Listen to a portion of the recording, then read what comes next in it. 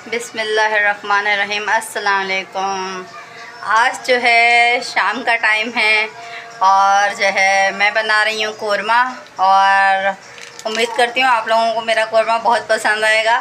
Recipe देखें और कोरमा बहुत पसंद आएगा। और मैं बनाती हूँ शान का कोरमा, शान मसाले का कोरमा बनाती हूँ मैं।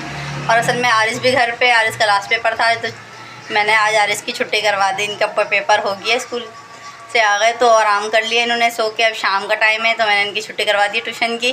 तो अब्बास के साथ ही अंदर खेल रहे हैं। और मेरे जो हैं ये प्याज जो है ये देखें, ये इस तरह के हो गए गोल्डन गोल्डन। अब मैं इनको निकाल लूँगी। मैंने दही रखा हुआ है और जो है ये आधा कप दही है और मैं जो हूँ इसमें ये डाल दूँगी। और चिकन जो है ये 1.5 पाव या आधा किलो के करीब चिकन है तो ये चिकन मैं बनाऊंगी इसमें। और जो है ये